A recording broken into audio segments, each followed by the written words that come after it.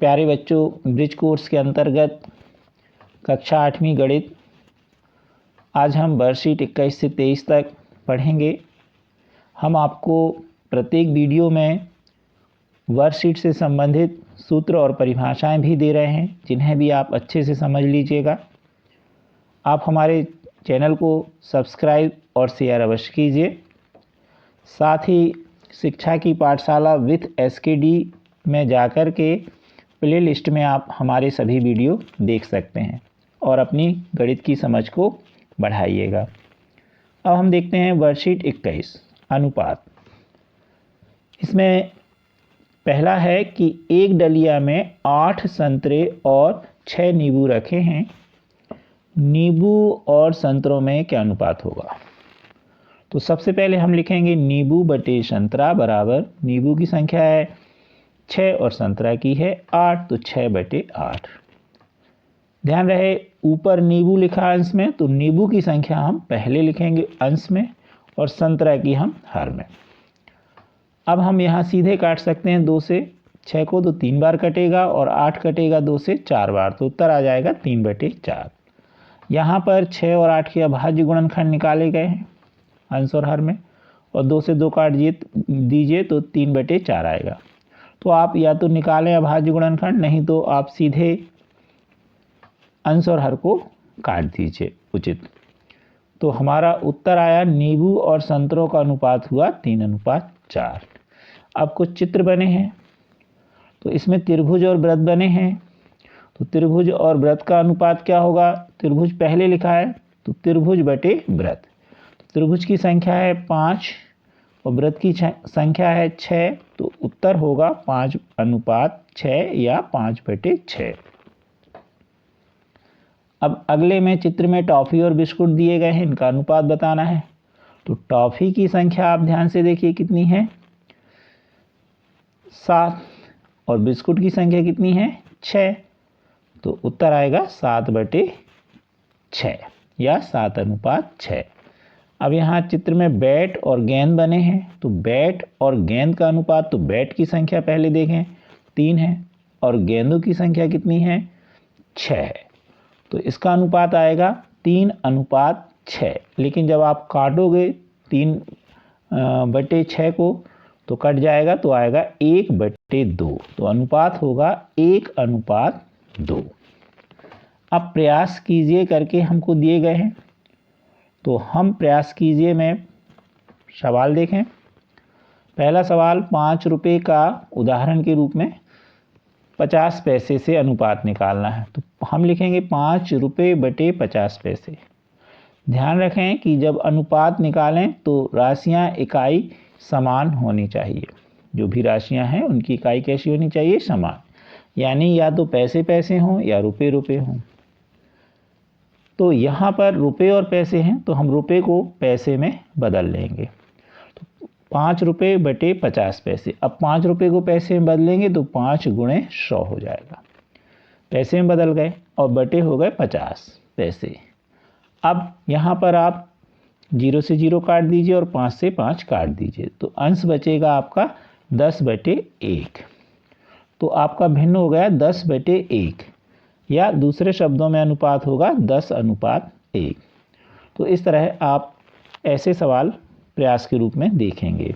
दूसरा सवाल 8 किताबों और 20 किताबों में अनुपात। तो 8 किताबें बटे 20 किताबें। अब 8 और 20 कटते हैं, तो काट दीजिएगा, तो काटने पर आपको मिला बराबर 2/5, तो अनुपात होगा 2:5। तीसरा एक आयत का चित्र बना है जिसकी लंबाई है 5x और चौड़ाई है 3x। आपसे कहा जा रहा है कि लंबाई और चौड़ाई में क्या अनुपात है। तो लंबाई बटे चौड़ाई, लंबाई हम लिख देंगे 5x, चौड़ाई लिख देंगे बटे में 3x। x से x कट जाएगा तो आएगा 5/3, तो अनुपात होगा 5:3। अगला प्रश्न है 200 ग्राम और 5 किलोग्राम।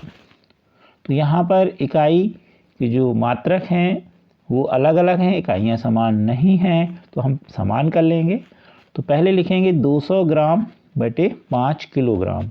अब किलोग्राम को ग्राम में बदलेंगे तो हम 1000 का गुणा कर देंगे हर में, तो 200/5 गुणे 1000। अब यहाँ से 2 शून्य दाहिनी तरफ से ऊपर और दाहिनी तरफ से नीचे, 2 शून्य से 2 शून्य कट गए, तो अब यहाँ बचा 2 और यहाँ बचा 10। 2 से 10 काट दीजिए तो आ जाएगा 5। तो अंश में आएगा 1 और हर में आएगा 25, तो आएगा 1/25। दूसरे शब्दों में आंसर होगा 1:25। अगला प्रश्न है समानुपात। इसमें एक उदाहरण दिया है कि सूजन और जोसेफ ने टेबल क्लॉथ बनवाया।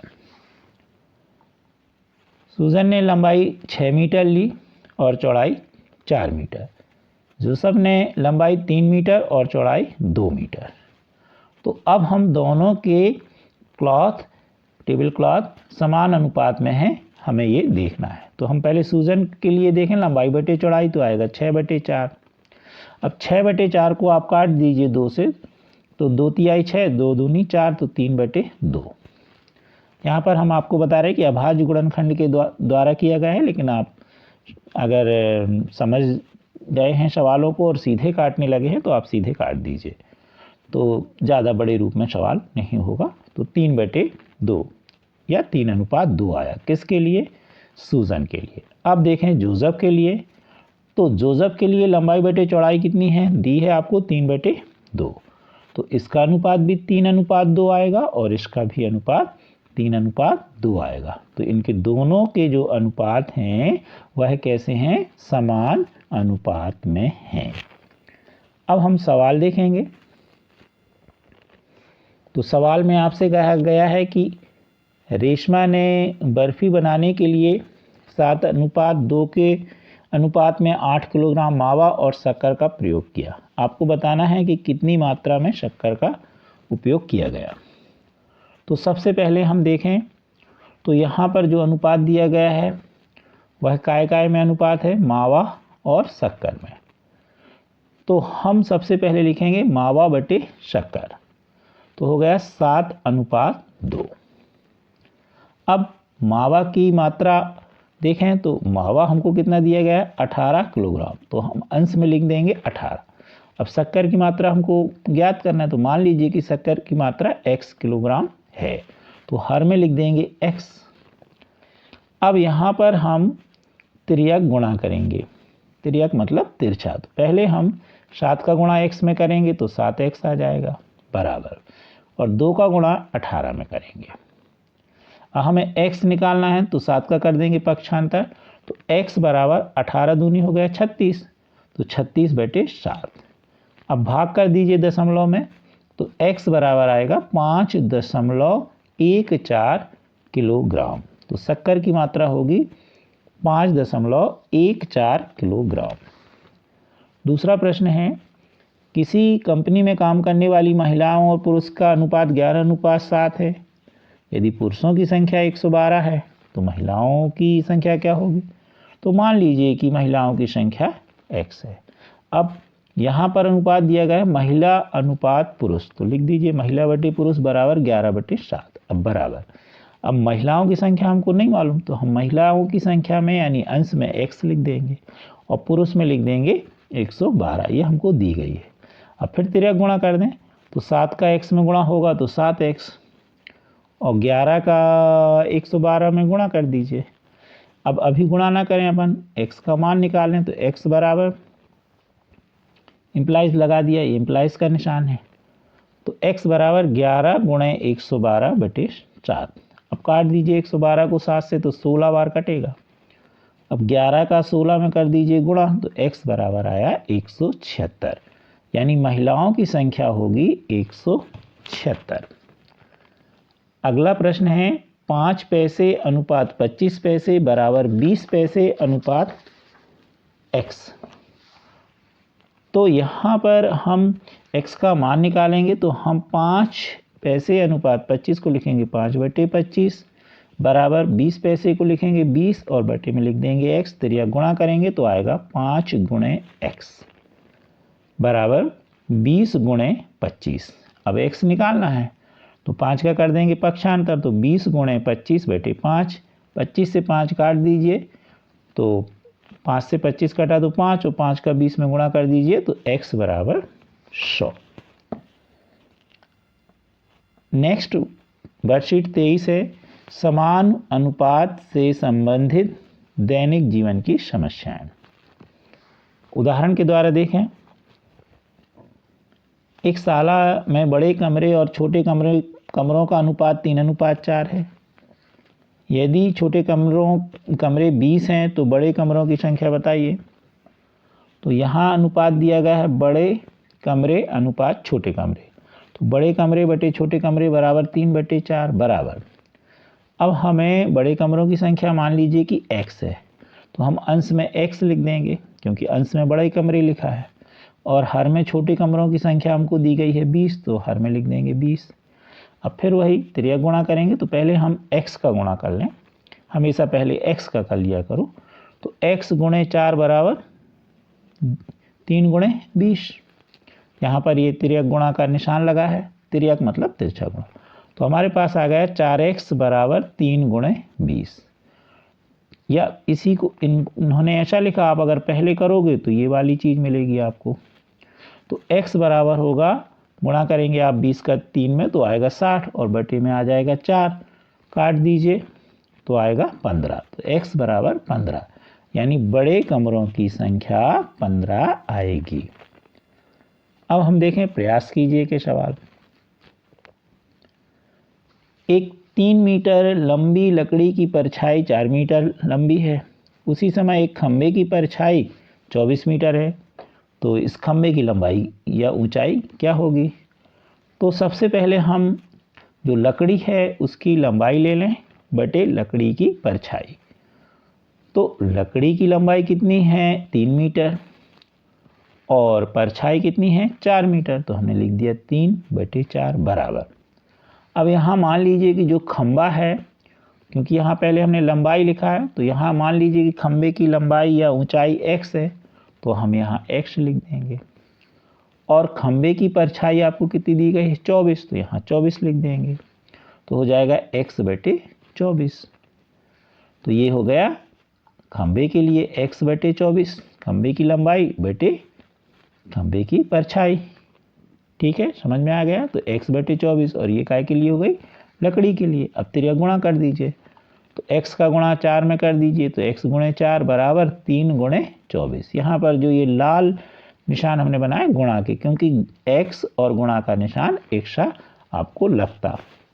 अब हम x का मान निकालेंगे तो 4 बटे में चला जाएगा, तो 3 गुणे 24/4 काट दीजिए 24 को, तो 6 बार 6 × 18, तो x बराबर 18, यानी खंबे की ऊंचाई 18 मीटर है। अगला है, चाय बनाने के लिए दूध और पानी का अनुपात 1:3 रहता है। 2 लीटर दूध में से कितनी मात्रा में चाय बनेगी? तो सबसे पहले हम देखें दूध बटे पानी। तो दूध की मात्रा आपको कितनी दी गई अनुपात में? 1:3, तो हमने लिख दिया 1 अनुपात। अब दूध कितना है? 2 लीटर, तो यहाँ पर 2 लिख देंगे। पानी की मात्रा हमको नहीं दी गई, तो मान लीजिए कि पानी की मात्रा x है, तो हमने हर में x लिख दिया। अब त्रियक गुणा कर दीजिए, तो 1 का गुणा x में और 2 का गुणा 3 में। अब 1 का गुणा x में होगा तो x ही होगा, तो x बराबर 2 गुणे 3 या x बराबर 6। तो पानी की मात्रा आ जाएगी कितनी? 6 लीटर। अब दूध हो गया 2 लीटर, पानी हो गया 6 लीटर, तो चाय कितनी बनेगी? चाय 8 लीटर बनेगी।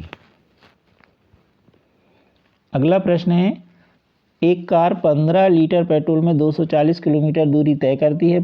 25 लीटर पेट्रोल में वह कितनी दूरी तय करेगी? तो हम पहले पेट्रोल लिख देंगे और बटे दूरी लिख देंगे। पेट्रोल है 15 लीटर और दूरी है 240 किलोमीटर, तो 15/240। अब की बार दूसरी शर्त में है, पेट्रोल है 25 लीटर और दूरी हमको निकालना है, तो दूरी मान लीजिए x, तो बटे में लिख दीजिए x।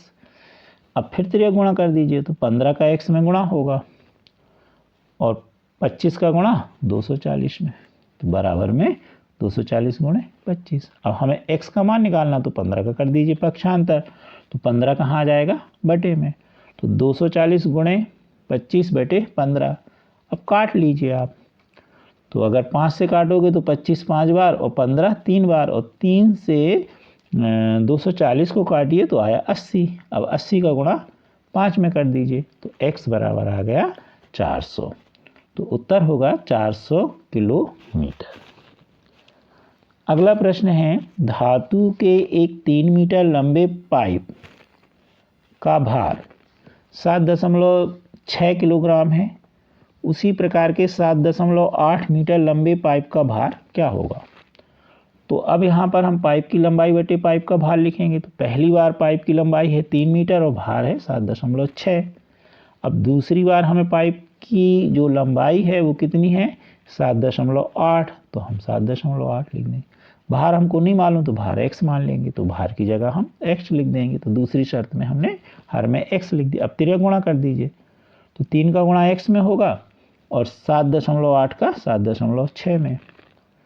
अब हमें किसका मान निकालना है? x का। तो 3 कहाँ चला जाएगा? हर में। तो हो गया 7.8 गुणे 7.6 बटे 3। अब काट दीजिए।